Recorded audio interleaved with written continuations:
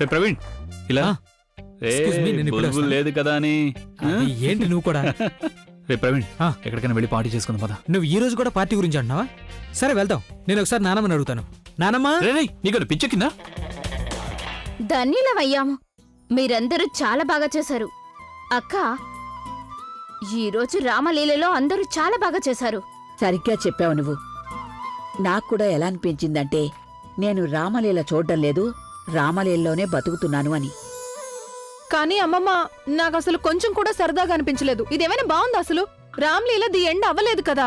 అరే వైశాలి, అసలైన సీన్ అయితే ఇప్పుడు జరుగుతుంది. రాముడు తన బాణంతో రావణాసురుణ్ణి కాల్చినప్పుడు అప్పుడే చెడు మీద మంచి గెలుపు సాధిస్తుంది. ఇదేంటమ్మమ్మ అసలు? మొత్తం రామ్లీల అసలైన మనుషులతో జరిగింది, కానీ రామ్లీల ది ఎండ్ మాత్రం బొమ్మతో అవుతుందా? నాకు అసలు మజయే లేదు. అదేంటి?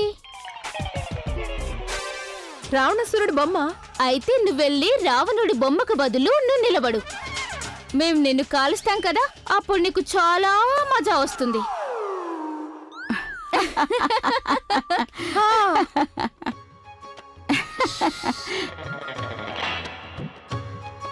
హిట్లర్ వస్తుంది.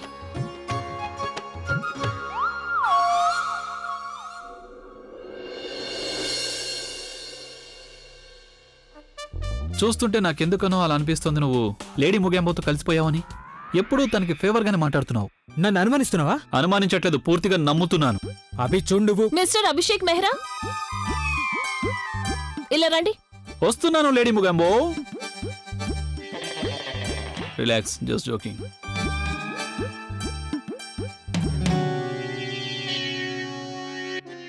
చెప్పు, ఎవరిని మంటలో తోయాలి? మీరు ఎవరిని మంటల్లోకి తొయ్యక్కర్లేదు. యాక్టర్స్ కి ప్రైజులు ఇవ్వాలి. నువ్వు ప్రైజ్ ఇస్తున్నావా? ఇస్తావు. ఎందుకు ఇవ్వం? రఘు, పావని, మీరిద్దరు గిఫ్ట్లను చెక్ చేశారా? Yes ma'am. Very good. నువ్వు మళ్ళీ తన మాట వింటున్నావా? లేదు సార్, నేను ఫ్యామిలీ ఫంక్షన్ కి హెల్ప్ చేస్తున్నాను. అమ్మమ్మే చెప్పారు. Very good. చూడు, నాన్నమ్మ మాట విను, కానీ మొగాంబో మాట వినకు. సార్, మొగంబ అనకండి, అందరికీ తెలిసిపోతుంది మీరు తన్ని ప్రేమిస్తున్నారని.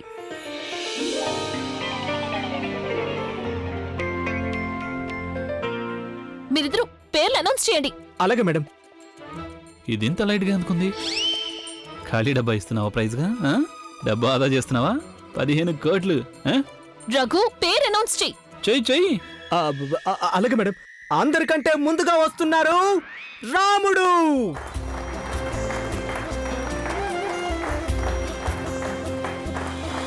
రాముడు గారు, వెరీ గుడ్. చూడండి సార్, ఈ డబ్బా లోపల ఏముందో నాకు తెలీదు, అందుకని డబ్బా జాగ్రత్తగా తెరవండి. తెరిచేటప్పుడు పేలే అవకాశం కూడా ఉంటుంది. అందుకని మీకు ఇది వద్దు అంటే ఇప్పుడే చెప్పండి, తర్వాత నన్నని ప్రయోజనం ఉండదు. Deserving best actor. Thank you. Sriram కి జై హో. ఇప్పుడు రాబోతున్నారు దశరథుడు.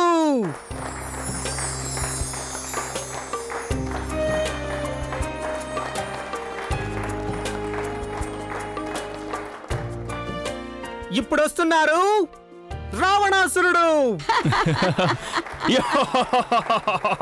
రావణుడికి గిఫ్ట్ రావణుడే ఇస్తాడు. ఏంటి ఇవ్వరా? సరే అయితే నేను ఇచ్చేస్తాను.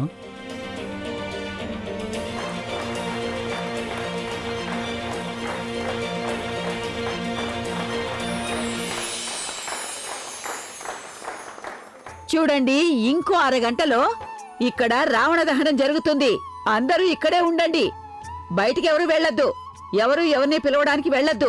అలాగే అందరూ జాగ్రత్తగా ఉండండి, ఎవరి బట్టలకి నిప్పు అంటుకోకూడదు.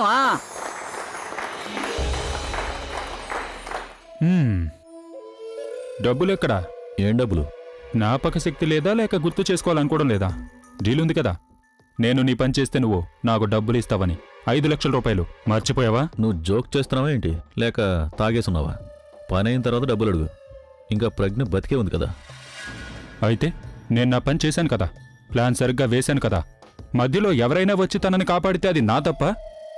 నా బుర్రకు పని పెట్టాను, నా టైం ఖర్చు చేశాను, 2 పెట్టాను కదా, దానికి డబ్బులు ఇవ్వండి. ఒక పని చేయి, నువ్వు ఇక్కడ నుంచి బయటకు వెళ్ళు, ఒక వడాపావు బండి పెట్టుకో. అలాగే బోల్డ్ అని వడాపావులు తయారు చేయి. ఎప్పుడైతే కస్టమర్లు వస్తారో అప్పుడు వాళ్ళని డబ్బులు అడుగు ఇవ్వమని. ఎందుకంటే నేను నా బుర్ర ఇంకో టైం స్పెండ్ చేశానని చెప్పు. తమాషాగా ఉందా నీకు? ఉన్న విషయమే చెప్తున్నాను నేను చెప్పేది ఏంటంటే మన కాంట్రాక్ట్లో ప్రజ్ఞకి కనీసం చిన్న గీత కూడా పడలేదు. మరి నీకు డబ్బులు ఎందుకు ఇవ్వాలి? ఇలా చూడు, నువ్వు నాకు డబ్బులు ఇవ్వాల్సిందే. నేను ఎలాగైనా సరే నీ దగ్గర డబ్బులు తీసుకొని తీరుతాను. సార్ నేను అతను అటువైపు వెళ్ళడం చూశాను. పావని, ఐ జస్ట్ హోప్ ఇదంతా జరిగిందంటే అది కేవలం మన అనుమానం కూడా అయి ఉండొచ్చు. ఎందుకంటే నిజంగానే అతను ఏదైనా చేస్తున్నాడు అంటే ఇది తెలుసుకోవడం చాలా కష్టం. ఎందుకు చేస్తున్నాడు, అసలు తను ఎవరు అని.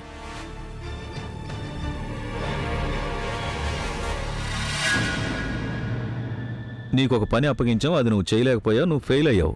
నేను నీకు చెప్పాను కదా పని చేస్తేనే డబ్బులు ఇస్తానని. మరి పని పూర్తి కాకుండా డబ్బులు ఎందుకు ఇవ్వాలి? టైం వేస్ట్ చేయకుండా ఇక్కడ నుంచి వెళ్ళు. నేను ఇంకో ప్రాబ్లం తెచ్చుకోవాలనుకోవడం లేదు.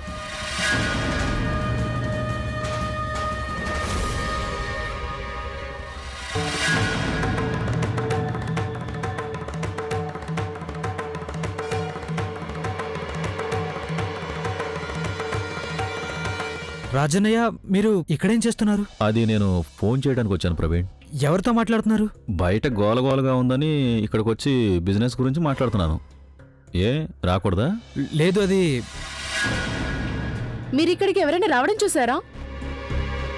10 నిమిషాల నుండి నేను ఇక్కడే ఉన్నాను, ఎవరూ రాలేదు. ఒకవేళ దానికంటే ముందు ఎవరైనా వస్తే అది నాకు తెలీదు. ఎక్స్క్యూజ్ మీ, ఇది నాకు చాలా ఇంపార్టెంట్ కాల్. ఓకే చూడండి, నేను మీకు చెప్తున్నాను కదా, బిజినెస్ డీల్ చాలా బాగుంది, ఆలోచించకండి. రాజన్నయ్య, నువ్వు వచ్చే అందరూ వెయిట్ చేస్తున్నారు. ఒక్క నిమిషం, నువ్వు పద, నేను ఫోన్ మాట్లాడొస్తాను. పద పావని. సరే.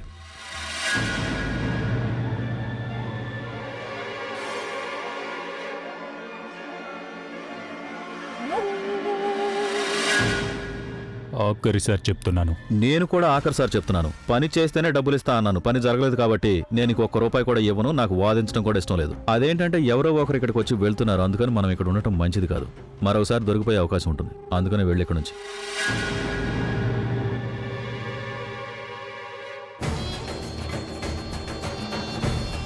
నీకు నీ పని పూర్తవ్వాలి, నాకు నా డబ్బులు కావాలి. ఇప్పుడు చూడు నేనేం చేస్తాను. ఇవి నచ్చలేదా నీకు? ఇంకొకటి చెప్పనా? అంతకంటే ముందు నువ్వు నాకు చెప్పు. సరే ఫుగ్, నాకు ఒక విషయం చెప్పు. అసలు ఈ లేడీ ముగింపుకి ఏం కావాలి? నాకైతే ఒకరికి ఒక పేరుండగా మనం వారిని వేరే పేరుతో పిలుస్తున్నామంటే దాన్ని బట్టి మనకి ఆ ఫీలింగ్ గురించి తెలిసిపోతుంది. ఎలా అనిపిస్తుందంటే ఆ వ్యక్తిని మనం ఎంతగానో ప్రేమిస్తున్నామని. ఒకవేళ తను నిజం చెప్పట్లేదు కదా? ఫుగి, నువ్వు ఈ రోజు వరకు నాకు నిక్నేమ్ ఎందుకని ఇవ్వలేదు? నువ్వు నన్ను ప్రేమించట్లేదా? ఊరికే అడిగాను నేను. అఫ్కోర్స్ నువ్వు నన్ను ప్రేమిస్తున్నావు, నువ్వు నన్ను నాకంటే ఎక్కువగా ప్రేమిస్తున్నావు కదా? కానీ నేను అలా ఎలా ఒప్పుకుంటాను? ప్రూవ్ చేయాల్సి ఉంటుంది. నాకొక ముద్దు పెట్టు. I need a motivation. ముద్దు ముద్దు ముద్దు. హే నువ్వా? సిగ్గనేదే లేదా నీకు? అరే మేమిద్దరం ప్రైవేట్ గా మాట్లాడుకుంటున్నాం, ముద్దులు పెట్టుకుంటున్నాం, నువ్వు ఇక్కడే నిలబడి చూస్తున్నావా? మేనస్ లేదా నీకు అసలు? ఒకవేళ మీ ప్రైవసీ గురించి మీకు ఇంత ఆలోచన ఉంటే మీరు ఇవన్నీ గదిలో చేసుకోవచ్చు కదా, కారిడార్లో ఎందుకు చేస్తున్నారు? నాకు అవకాశం ఉంటే నిన్ను జైల్లో పెట్టి మరీ రొమాన్స్ చేసుకుంటాను. కానీ తప్పు అసలు తనది కాదు కదా. చూడు, విలన్ల పని అదే అవుతుంది, ఇద్దరు ప్రేమికులను విడదీయడం. ఇది ఎప్పటి నుంచో జరుగుతూ వస్తుంది, ఎంతకాలమైనా జరుగుతూనే ఉంటుంది. దీన్ని మనం ఆపలేం కదా. మీ ఉద్దేశం ఏంటి? నేను విలన్నా? చూడు, నీ మొహాన్ని బట్టి చేసే పనులను బట్టి చెప్తున్నాను. పైగా విలన్లో ఉండే అన్ని క్వాలిటీస్ ఉన్నాయి నీకు. నువ్వు ఎవరి సంతోషాన్ని అస్సలు చూడలేవు. అంతేకాక నువ్వు ఇద్దరు ప్రేమించుకునే వాళ్ళు ఒక్కటిగా కలిసి ఉంటే చూడలేవు, కుళ్ళుకుంటుంటావు. అంటే విలన్వే కదా? నా దగ్గర మీ అనవసరమైన విషయాలకి టైం లేదు, నాకు చాలా పనులున్నాయి.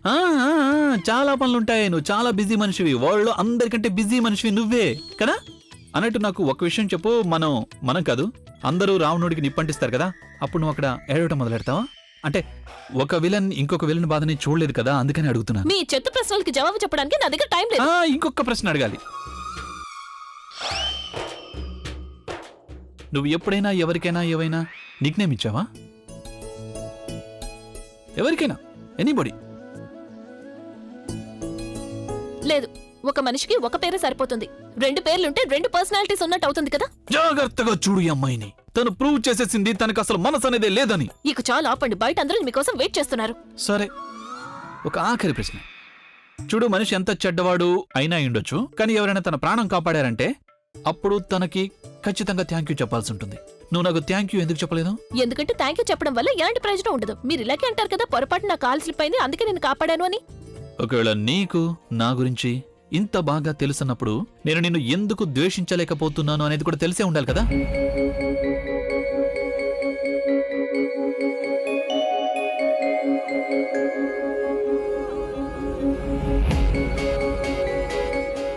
ఎందుకంటే నేను చెడ్డదాన్ని, మీరు కాదు.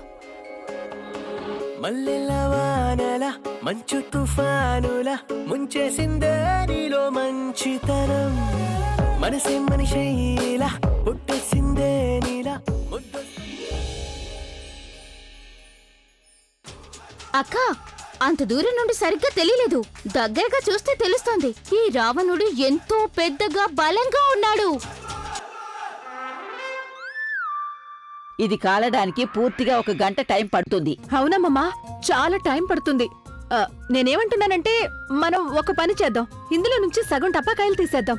రావణాసురుడు త్వరగా కాలిపోతాడు, మిగిలిన టపాకాయలు మనం దివాళీకి కాల్చుకోవచ్చు కదా. నువ్వు ఉన్నావే, ఎప్పుడు నోరు విప్పినా పీనాస్తల్లా మాట్లాడుతూ ఉంటావు.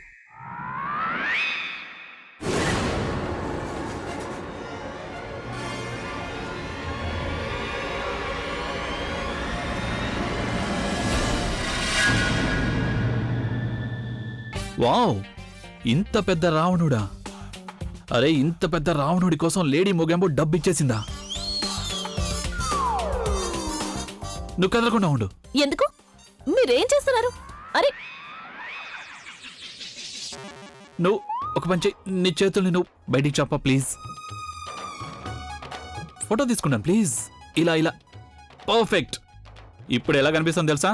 రావణుడి కత్తిని నువ్వే పట్టుకున్నట్టుంది. నేను ఒక్కసారి చూసుకుంటాను.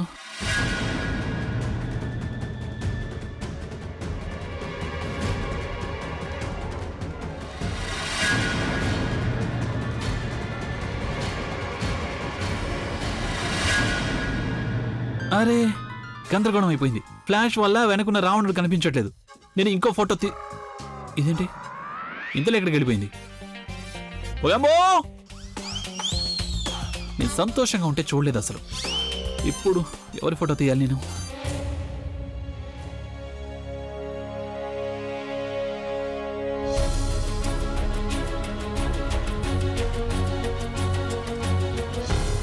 వీళ్ళిద్దరూ ఎటు వెళ్ళిపోయారు? ఇటే కదా వచ్చారు.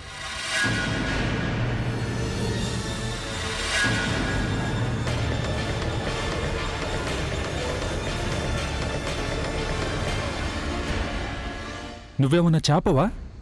నీళ్లలోంచి బయటికి తీసినప్పుడు గిలా గిలా గింజుకుంటున్నావు. విను విను విను విను ప్రశాంతంగా విను. నాకు ఎవరినైనా బాధ పెట్టాలంటే అసలు కొంచెం కూడా బాధగా అనిపించదు. ఎందుకో తెలీదు, చాలా మజాగా ఉంటుంది. అందుకని నో నో నో నో అని అరవకూడదు. నువ్వు చావడం ఎలాగో ఖాయం, నువ్వు చావాల్సిందే కాబట్టి ప్రశాంతంగా చావు. అరే విను విను విను విను. నాకు నీతో శత్రుత్వం ఉందనుకుంటున్నావేమో. లేదు, అలా నువ్వు అస్సలు అనుకోవద్దు. ఆ భగవంతుడి మీద ఒట్టేసి చెప్తున్నాను. కానీ నాకు డబ్బులు వస్తాయంతే. పుట్టాక అందరూ చావాల్సిందే. కాకపోతే ఇక్కడ విషయం ఏంటంటే, ఒకరు ముందు చేస్తారు, ఇంకొకరు తర్వాత చేస్తారు. ఇప్పుడు నీ నెంబర్ ముందు వచ్చిందంతే. ఇందులో ప్రాబ్లం ఏముంది? చాలా మంచిది కదా. నువ్వు దసరా రోజున చావబోతున్నావు. అందరూ గుర్తుంచుకుంటారు నిన్ను. ఇప్పుడు నిన్ను చంపడం వల్ల నాకేం ఉపయోగం అని నువ్వు ఆలోచిస్తూ ఉండుంటావు. అదే కదా ఆలోచిస్తున్నావు? చెప్పు నాకు, నువ్వు ఇదే కదా ఆలోచిస్తున్నావు? ఏమి లాభం లేదు. కానీ నాకు ఒక అవసరం ఉంది. అది నీ చావుతోనే పూర్తిగా పోతుంది. ఎంతో పుణ్యకార్యం చేస్తున్నావు నువ్వు. ఎప్పుడైనా ఇలా ఆలోచించావా? అలాగే నేను కూడా నీకు ఫేవర్ చేస్తాను. ఈజీ చావునిస్తాను. అంటే నువ్వు చనిపోయేది నీకే తెలియకుండా చేస్తాను. నువ్వు ఇప్పుడు కళ్ళు మూసుకో. త్వరగా మూసుకో. ప్రశాంతంగా చావు. పద.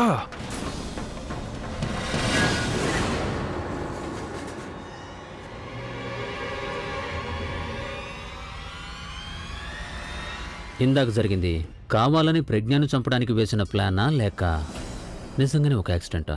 ఏం చేస్తున్నావు నువ్వు? నేను నీకెన్నిసార్లు చెప్పాను నా వెనక రావడం మాని అని. నువ్వే చూసావు కదా ప్రజ్ఞ మన ఇద్దరిని రూమ్ లో రెడ్ హ్యాండెడ్ గా పట్టుకుంది. ఇలా చూడు, ఇప్పటికీ నా లైఫ్ లో చాలా ప్రాబ్లమ్స్ ఉన్నాయి. ఇంకా కొత్త ప్రాబ్లమ్స్ తీసుకురావద్దు నువ్వు. చూడు, ఇది నేను అడిగిన దానికి జవాబు కాదు. అది ప్రజ్ఞని చంపడానికి వేసిన ప్లానే, కానీ ఫెయిల్ అయిపోయింది. తను బతికిపోయింది. అది కూడా అభి కాపాడడం వల్ల. తను నా లైఫ్ నుండి ఎప్పుడు వెళ్ళిపోతుందో తెలియడం లేదు. పేషెన్స్. ఏంటి పేషెన్స్? నీకు నా బాధ కనిపించడం లేదా? నాకే కాదు, ఎవరికి నా బాధ కనిపించడం లేదు. ఇంకొన్ని నెలల్లో నాకు డెలివరీ కూడా అయిపోతుంది. అప్పుడు నా గురించి ఏమనుకుంటారు? అందరూ నన్ను ప్రశ్నలు అడిగి నన్ను విసిగించడం మొదలు పెడతారు. ఇప్పటికి నా పేరెంట్స్ నాతో మాట్లాడడం మానేశారు. నాకేం చేయాలో తెలియడం లేదు, వాళ్ళని ఎంతకాలం చీకట్లో ఉంచాలో తెలియడం లేదు. అభి ఎదురుగా వస్తున్నాడు. ఒకవేళ మనల్ని ఇలా చూశాడంటే అనుమానం వస్తుంది. నేను నీకు కాస్త దూరంగా ఉంటాను.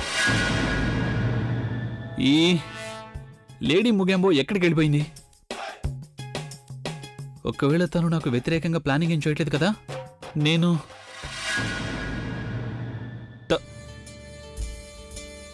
నువ్వు ఇక్కడేం చేస్తున్నావు? నీకెందుకు? సరే చెప్పాలని లేకపోతే చెప్పకు, కానీ ఒక విషయం చెప్పు. ఇక్కడక్కడ నా లేడీ ముగెంబోని చూసావు నువ్వు? ఏంటభి నువ్వు? ప్రతి దానికి ఒక లిమిట్ ఉంటుంది. అక్కడ అందరి ముందు నన్ను ఇన్సల్ట్ చేశావు. నేను ఇక్కడ అలిగి నిలబడితే నాకు సారీ చెప్పకుండా దానికి బదులు నువ్వు ప్రజ్ఞ ఎక్కడుందని నన్నే అడుగుతున్నావా? అరే తప్పు నువ్వు చేస్తే నేనెందుకు సారీ చెప్పాలి?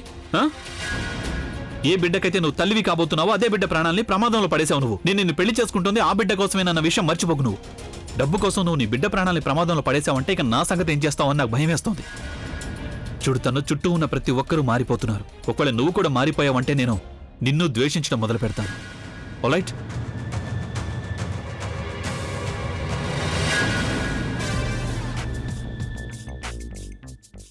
అక్క, ఆ ఇదే రావణుడి కారణంగా సీతమ్మ తల్లి గుండెలు పగిలేలా ఏడ్చింది.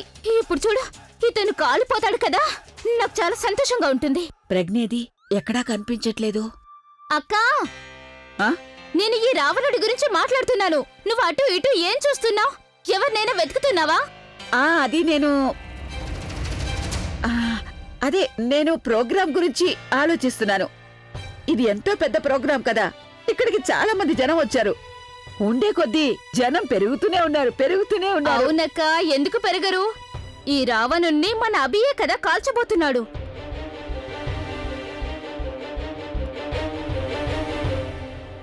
నువ్వు అటు ఇటు ఎవరి కోసం వెతుకుతున్నావు?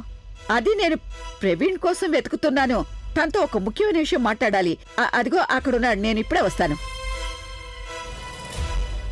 ప్రవీణ్, ప్రజ్ఞ ఎక్కడుంది? ఎక్కడా కనిపించడం లేదు. ఎవరు? ప్రజ్ఞ వదిన? నానమ్మ, నేను మీకు ఎన్నిసార్లు చెప్పిన నాతో ప్రజ్ఞ వదిన గురించి మాట్లాడకండి అని. మీరు నా మూడు మొత్తం పాడు చేశారు.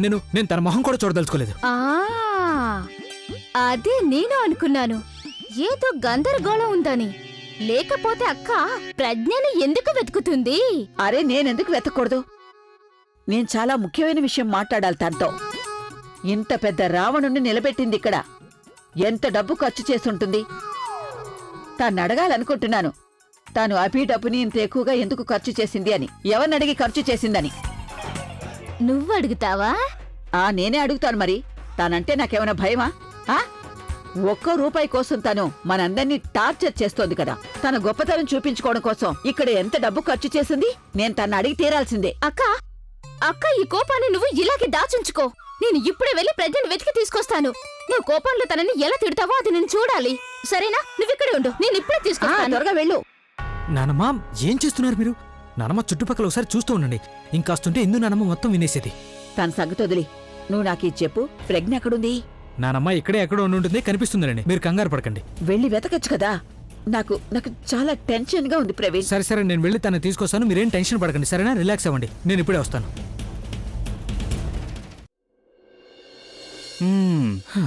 నీకు ఇప్పటికి టైం దొరికిందా? అలా అంటున్నావేంటి?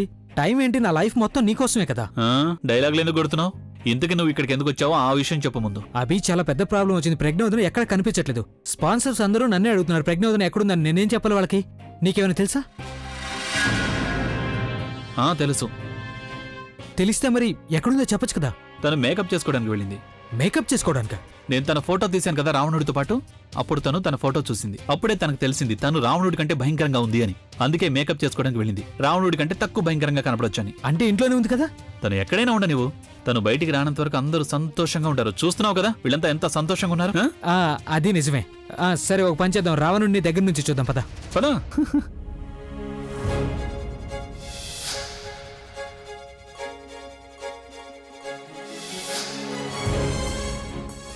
ఇప్పుడు నాకు ఏ విషయంలో అయితే సంతోషం దక్కుతుందో నేను అదే చేస్తాను. ఎవరి మాట వినను. ఎంత పెద్ద దెబ్బ తగిలిందమ్మా, ఎంత గాయమైంది. నేను మర్చిపోయాను, ఈ అమ్మాయి నా కూతురు ప్రజ్ఞ కాదన్న సంగతి. ఈవెంట్కి సంబంధించిన 15 కోట్ల రూపాయల్ని నేను ప్రవీణ్ నువ్వు వెళ్ళి రావణుని చూస్తుంటే నేను ఇప్పుడే వస్తాను. ఉం?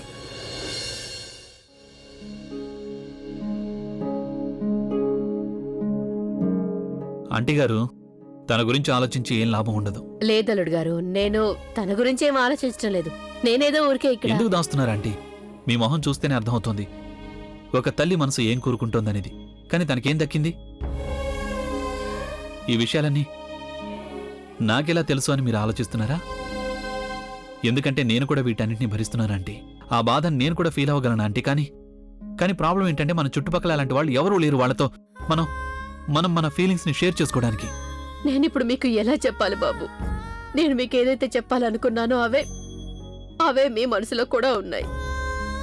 నిజం చెప్పాలంటే ఒక్కోసారి నాకేమనిపిస్తుందంటే తను నిజంగానే ఇలా చేస్తోంది, కానీ ఎందుకు అలా చేస్తోందో నాకు అర్థం కావడం లేదని. అసలు తనకు కనిపించడం లేదా? మనకెంత బాధగా అనిపిస్తోందో మన కన్నీళ్లు కూడా తనకి కనిపించడం లేదా బాబు? అంతగా ఏం కారణం ఉందని తను ఇవన్నీ చేయాల్సి వస్తోంది. నేను మా ఇంటి నుండి పెళ్లి చేసి పంపించాను తనకి. 7 అడుగులు నడిచి మీ ఇంటికి వచ్చింది. తను జీవితాంతం మీకు తోడుగా ఉంటానని ప్రమాణం చేసింది. మీ భార్య తను మిమ్మల్ని ప్రేమిస్తోంది కూడా. అయినా ఎందుకు ఇలా వదిలేయండి చేస్తోంది? ఆంటీ గారు, మీరు బాధపడకండి. తను ఏం చేయాలనుకుంటుందో అది చేయనివ్వండి. కానీ ఇదంతా చూడటం నా వల్ల కావడం లేదు బాబు. ప్రజ్ఞ మీ కుటుంబాన్ని చాలా బాధ పెడుతోంది. నేనేమీ చేయలేకపోతున్నాను ఆంటీ గారు. కానీ నిజం చెప్పాలంటే నేను ఆ రోజు కోసం ఎదురు చూస్తున్నాను. నేను తనని పూర్తిగా ద్వేషించడం మొదలుపెట్టే రోజు కోసం.